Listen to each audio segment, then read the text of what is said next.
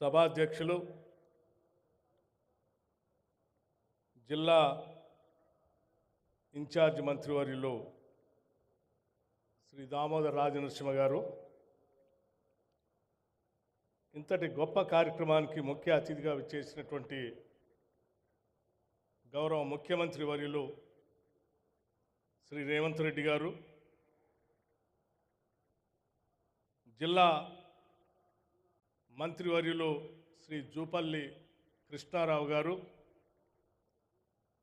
అట్లాగే గౌరవ మంత్రివర్యులు పెద్దలు శ్రీధర్ బాబు గారు, మరో గౌరవ మంత్రివర్యులు సోదరులు కోమటిరెడ్డి వెంకటరెడ్డి గారు,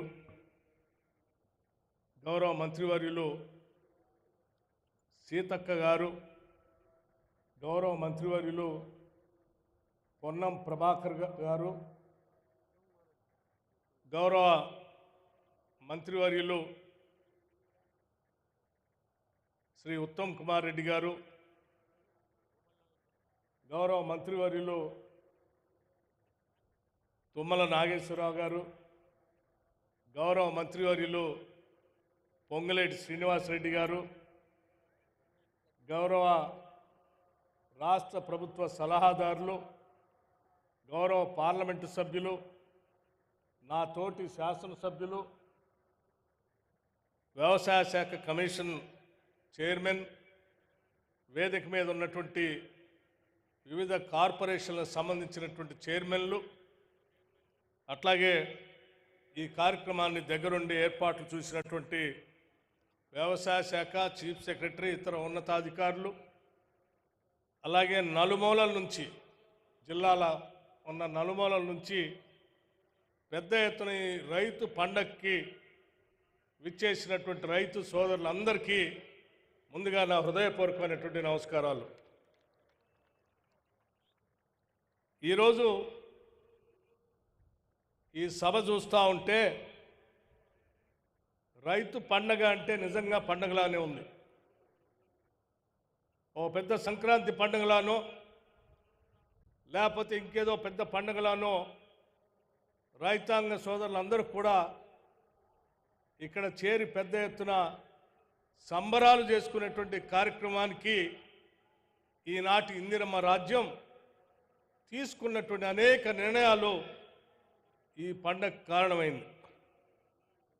ఈ మధ్యకాలంలో ఇందిరమ్మ రాజ్యం వచ్చి సంవత్సరం కావస్తా ఉంది, అంటే ఇంకా పూర్తి కాలేదు. ఈ సంవత్సర కాలం లోపలనే బీఆర్ఎస్ పార్టీకి సంబంధించిన నాయకత్వం రకరకాల ప్రజల వద్దకు వెళ్తాం, లేకపోతే ఉద్యమాలు చేస్తాం, లేకపోతే నిలదీస్తాం, లేకపోతే ఇంకోటి ఏదో చేస్తామని వారి స్టేట్మెంట్లు చూస్తూ ఉంటే నవ్వొస్తూ ఉంది. నిజంగా 10 సంవత్సరాలు మీరు పరిపాలన చేసి ఈ రాష్ట్రం తెచ్చుకున్నదే నీళ్ల కోసం, నిరుద్యోగ యువతీ యువకుల కోసం, రైతుల కళ్ళల్లో ఆనందాన్ని చూడటం కోసం. కానీ ఈ 10 సంవత్సరాల్లో మీరు పాలన చేసిన 10 సంవత్సరాల్లో రైతుల గురించి, వ్యవసాయ రంగం గురించి చేసింది ఏదీ లేదని చెప్పడానికి మాకు ఎటువంటి సందేహం లేనే లేదు. ఈరోజు ఇదే మహబూబ్నగర్ జిల్లాకి సంబంధించి ఇక్కడ ఉన్నటువంటి కృష్ణా నదిని కూడా తీసుకుంటే ఈ నది ద్వారా ప్రవహించే నీళ్లను కూడా ఈ మహబూబ్నగర్ జిల్లాకో లేకపోతే రంగారెడ్డి జిల్లాకో నల్లగొండ జిల్లాకో నీళ్ళు ఇవ్వాలని ఆలోచన చేసింది ఆనాటి కాంగ్రెస్ ప్రభుత్వం. మళ్ళీ తిరిగి వాటిని మొదలుపెట్టి నిధులు కేటాయిస్తూ ప్రతి నెల రివ్యూ చేస్తూ ముందుకు తీసుకుపోయేది ఈనాటి ఇందిరమ్మ రాజ్యం రాష్ట్ర ముఖ్యమంత్రి శ్రీ రేవంత్ రెడ్డి గారి నాయకత్వంలో ఇరిగేషన్ శాఖ మంత్రులు ఉత్తమ్ కుమార్ రెడ్డి గారు, మిగతా మంత్రులు ఇక్కడ దగ్గరుండి రివ్యూ చేసి ముందుకు తీసుకొని పోతా ఉన్నారు. ఏమైనా చేశారా? గతంలో ఉన్నటువంటి ఇక్కడ ఉన్నటువంటి జూరాల మేమే కట్టాం. ఇక్కడ ఉన్నటువంటి కోయల్ సాగర్ కానీ లేకపోతే భీమా కానీ లేకపోతే కల్వకుర్తి ఎత్తిపోతల పథకం కానీ ఇటువంటి ఇత్యాది ప్రాజెక్టులన్నీ ఆనాటి కాంగ్రెస్ ప్రభుత్వాలే మొదలుపెట్టాయి. చివరికి పాలమూరు రంగారెడ్డికి సంబంధించి కూడా ఆనాటి కాంగ్రెస్ ప్రభుత్వమే ఆ రోజు జీవో ఇష్యూ చేసింది. మరి నువ్వు వచ్చి 10 సంవత్సరాల్లో కొత్తగా ఏమైనా చేసావంటే ఏమి చేయకపోగా పాలమూరు ఈ జిల్లాని ఎండబెట్టి ఎడారులానే ఉంచావు తప్ప ఏమీ చేయలేదు. మేము వచ్చాం మళ్ళీ ముఖ్యమంత్రి గారి ఆదేశాలతో ఎస్ఎల్బిసి దగ్గర రివ్యూ చేసి టన్నెల దగ్గర, లేకపోతే పాలమూరు రంగారెడ్డికి సంబంధించి రివ్యూ చేసి ప్రతి నెల బిల్లులు ఇస్తాం, పని జరగాల్సిందే అని చెప్పి స్పష్టంగా ఆదేశాలు ఇచ్చి ముఖ్యమంత్రి గారు రివ్యూ చేపిస్తూ ఉంటే ఈరోజు ఇక్కడ పనులు జరుగుతూ ఉన్నాయి. ఏం చేయలేదు కదా. ఇది కృష్ణానది పరిస్థితి. పోనీ ఆ గోదావరిలో ఏమైనా చేసావంటే రాష్ట్రం మొత్తాన్ని కుదవబెట్టి కాళేశ్వరం ప్రాజెక్ట్ అని కట్టావు. కాళేశ్వరం ప్రాజెక్ట్ కట్టి మేడిగడ్డ అన్నారం సుందిళ్ళ మీరు చూశారు ఏమైపోయిందో, పూర్తిగా కుంగిపోయింది. ఈ మధ్యనే ఉత్తమ్ కుమార్ రెడ్డి గారు ఒక స్టేట్మెంట్ కూడా ఇచ్చారు.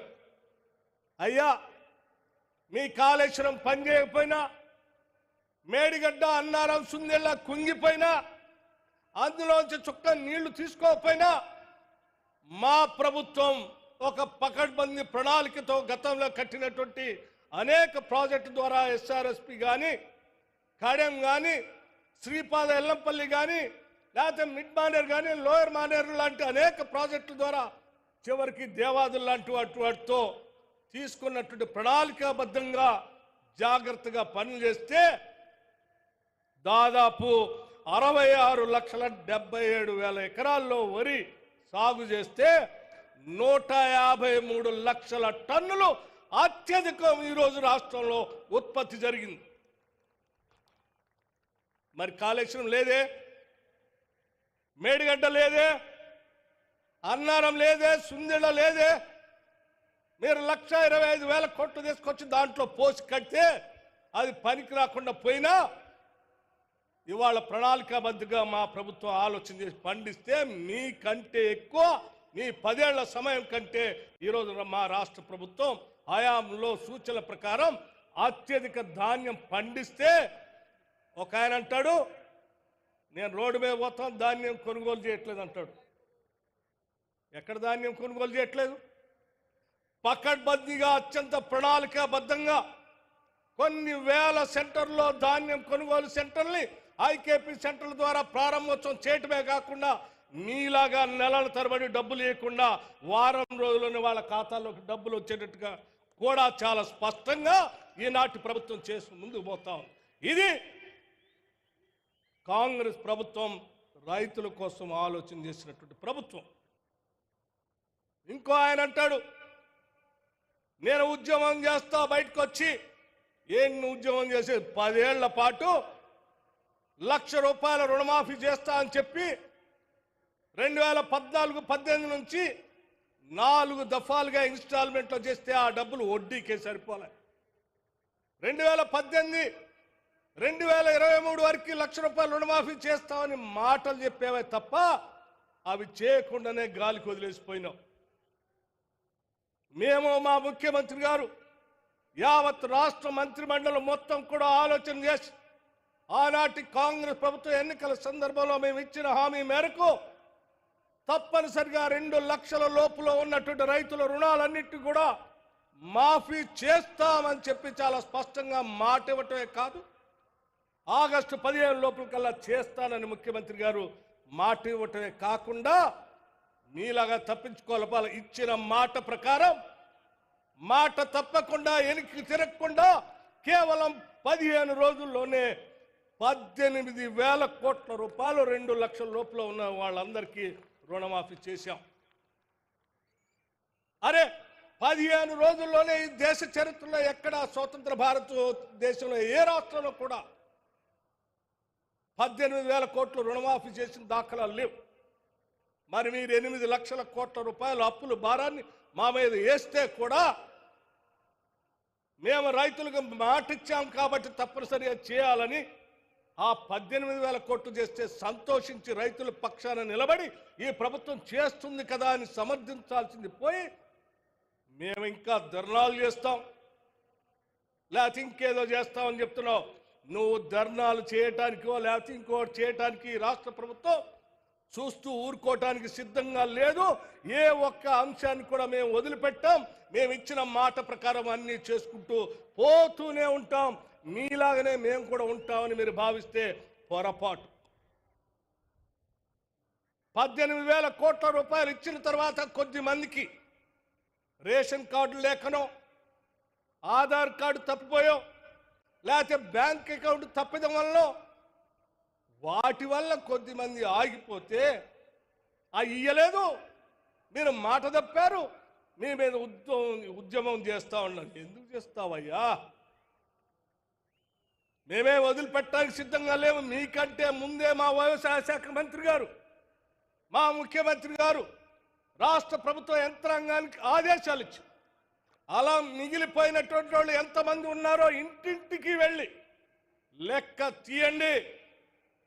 వాళ్ళంతా మన రైతు బిడ్డలే, వాళ్ళకు కూడా ఇవ్వాల్సిందే అని చెప్పి కేవలం ఈ 3 నెలల్లో మొత్తం ఇంటింటికి తిరిగి లెక్కలు తెప్పించి ఈరోజు దాదాపు ఇప్పుడే మీ అందరి ముందు ముఖ్యమంత్రి గారు ఆర్థిక శాఖ ఇద్దరం కలిసి యావత్ మంత్రి మండలం మొత్తం వ్యవసాయ శాఖ మంత్రి గారికి రైతాంగ సోదరులకి దాదాపు 3,000 కోట్ల రూపాయల్ని ఈరోజు చెక్గా ఆ మిగిలిపోయినటువంటి వాళ్ళందరికీ ఇస్తా ఉన్నాం. దాదాపు 3,20,000 మంది రైతాంగ సోదరులకి ఈరోజు అలా రేషన్ కార్డు ఆగిపోయిన వాళ్ళకో లేకుండా ఉన్నటువంటి వాళ్ళకో సంఖ్య తెలియనటువంటి వాళ్ళకు సరిచేసి ఈరోజు మళ్ళీ ఇస్తా ఉన్నాం. సంవత్సరం కాకముందే ఇన్ని వేల కోట్లు రైతుల కోసం మేము వెచ్చించి ముందుకు పోతా ఉంటే మీరేం ఏడుస్తా ఉన్నారు, ఇక్కడ రైతులు ఏమో పండగ చేసుకుంటూ ఉన్నారు. ఇది రాష్ట్రానికి ఉన్నటువంటి నిదర్శనం. మీరు ఏడుస్తూనే ఉండండి, మేము మాత్రం ప్రజల కోసం పండగలు చేస్తూనే ఉంటాం, వాళ్ళ కోసం ఆలోచన చేసి ముందుకు పోతూనే ఉంటామని ఈ సందర్భంగా మీ అందరికీ మనవి చేస్తూ, మీలాగా రైతులకు సంబంధించిన ఇతర అంశాలన్నింటినీ పడకేసి దుప్పడ గప్పేసి వాళ్ళ గాలికి వదిలేసే పరిస్థితిలో లేం. కేవలం రుణమాఫీ చేయటమే కాదు, పంట నష్టపోతే పంట నష్టపరిహారాన్ని ఇస్తున్నాం. మేము 10 ఏళ్ళు మీరు పంట నష్టపరిహారం గురించి ఆలోచన చేయలే. వరద వల్ల పంట నష్టపోతే ఎకరానికి 10,000 లెక్క కట్టి పంట నష్టపరిహారానికి దాదాపు 100 కోట్లు రిలీజ్ చేసాం మొన్ననే. అట్లాగే రైతాంగ సోదరులకి మీలాగా వాళ్ళకి గాలి కొదిలేలే, వాళ్ళకి ఇన్సూరెన్స్ కట్టాలి. ఆ బీమా వాళ్లే కట్టడానికి వాళ్ళ దగ్గర డబ్బులు ఖర్చు పెట్టడం ఎందుకు, మనమే ప్రభుత్వం తరఫున కడదామని చెప్పి రాష్ట్రంలో ఉన్నటువంటి దాదాపు 50 లక్షల మంది రైతాంగ సోదరులకి 1,433 కోట్లతో మీ ప్రీమియం మొత్తం మేం కట్టాం. 10 ఏళ్ళు టీఆర్ఎస్ నాయకత్వం గురించి ఆలోచన చేయలే. అంతేకాదు, పండిన పంటకి ఇన్సూరెన్స్ కూడా ఉండాలనేటువంటి ఆలోచనతో రాష్ట్ర ప్రభుత్వం పంట కోసం మీరు కట్టే ఇన్సూరెన్స్ని దాదాపు 2,500 కోట్ల రూపాయల్ని రాష్ట్ర ప్రభుత్వ రైతుల పక్షాన ప్రీమియం కట్టడానికి కూడా ముందుకొచ్చాం. అంతేకాదు, మీరు వదిలేసినటువంటి drip irrigation, sprinklers, poly house, లేకపోతే ఫార్మ్ మెకనైజేషన్ ఇత్యాది అన్నిటికి కూడా సబ్సిడీలు ఇస్తూ ఈరోజు వ్యవసాయ రంగాన్ని అభివృద్ధి చేయటం కోసం పెద్ద ఎత్తున వ్యవసాయ రంగానికి దాదాపు 73,000 కోట్ల రూపాయలు ఈ రాష్ట్ర బడ్జెట్లో నిధులు కేటాయించి వ్యవసాయాన్ని ఒక పెద్ద అద్భుతమైన పండగలాగా చేసే ప్రభుత్వం కాంగ్రెస్ ప్రభుత్వం. ఈ ప్రభుత్వం మీద నువ్వు ఉద్యమం చేస్తా అంటే నీలాగా ఏడిసే వాళ్ళు వచ్చి నీతో కూర్చుంటారు తప్ప పండగ చేసుకునేటువంటి వాళ్ళు ఎవరు నీతో రారో, నీ దగ్గరకు కూడా రారో. ఈ రాష్ట్రంలో ఉన్న రైతులంతా కాంగ్రెస్ పార్టీ ప్రభుత్వంతోనే ఉంటారని ఈ సందర్భంగా మీ అందరికీ నేను మనవి చేస్తూ, ఇంకా అనేక సంక్షేమ కార్యక్రమాలు ఇప్పుడే రైతులతో పాటు ఈ రాష్ట్రంలో ఉన్నటువంటి మహిళలకు కూడా కోటీసులు చేయాలని 5 సంవత్సరాల్లో 1,00,000 కోట్ల రూపాయలు వడ్డీ లేని రుణాలు ఇవ్వాలని కూడా వాళ్ళకు కూడా ఇప్పుడే ఇక్కడ ఒక చెక్ ఇచ్చాం. అరే, ఇక్కడ మీరు అప్పులు సృష్టించి రాష్ట్రాన్ని తాకట్టు పెట్టి 8 లక్షల కోట్లు అప్పు చేసిపోతే మేము రూపాయి పోగేసి సంపద సృష్టించిన ప్రతి పైసాని ప్రజల కోసమే పంచడం కోసం మేమందరం సమిష్టిగా పనిచేసి ముందుకు పోతా ఉన్నాం. ఇది ప్రజల కోసం నిబద్ధతో పనిచేసేటువంటి ప్రజా ప్రభుత్వం, ఇందిరమ్మ రాజ్యం, కాంగ్రెస్ ప్రభుత్వం అని చెప్పి మీ అందరిది, ఇది మనందరి ప్రభుత్వం. ఇది దొరల ప్రభుత్వం కాదు, ప్రజల ప్రభుత్వం. ఇది మనందరి ప్రభుత్వం అని చెప్పి మీ అందరికీ సవినయంగా మనవి చేస్తూ, ఈ పండుగలో పాలు పంచుకోవడానికి వచ్చిన మీ అందరికీ మరొక్కసారి నా హృదయపూర్వకమైనటువంటి నమస్కారాలు చెప్పడమే కాకుండా రాబోయే 4 సంవత్సరాలు కూడా మనం ఇదే రకంగా పండగ చేసుకుందాం. మీకోసం ఈ ప్రభుత్వం నిలబడి ఉంటుందని చెప్పి మాటిస్తూ సెలవు తీసుకున్నాం. జై హింద్. Thank you sir. తెలంగాణను పచ్చని పంటల మడిగా, రైతు సేవల గుడిగా మలచేందుకు కృషి చేస్తూ ఈ ప్రజాపాలన తొలి వార్షికోత్సవాన్ని కర్షకోత్సవంగా మలిచిన